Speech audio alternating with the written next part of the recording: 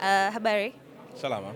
Okay, nilitaka kujua kutokana na discussion ambayo tumefanya ndani kwa ajili ya session ya Fintech Technology, kwa ujumla wewe umetoa mchango gani au unahisi kwamba kwa kile ambacho mmekiongea kinaenda kumsaidia vipi yule ambaye alikuwa ndani? Nashukuru.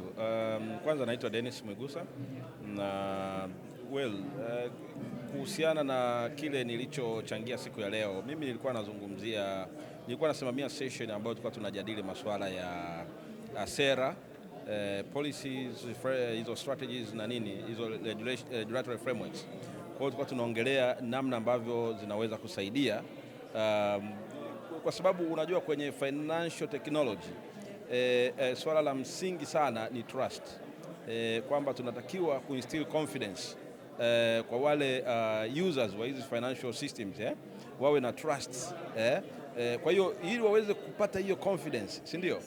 Lazima tuwe na mifumo imara, lazima wajue masuala ya data protection yakoje, nani anamiliki data, nani anatoa data, nani ana control hizo data, lakini lazima tujue sera zikoje, policies zikoje, si ndio?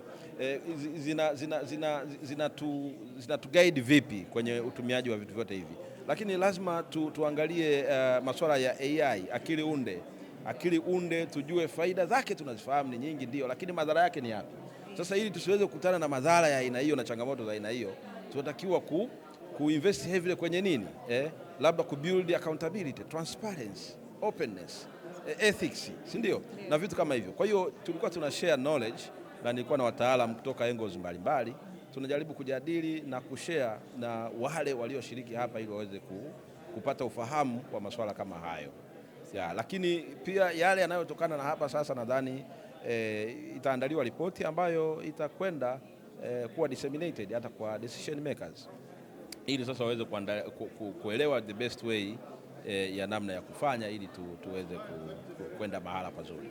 Naona maelezo yako yamejibu maswali yote. Asante na wewe na siku njema.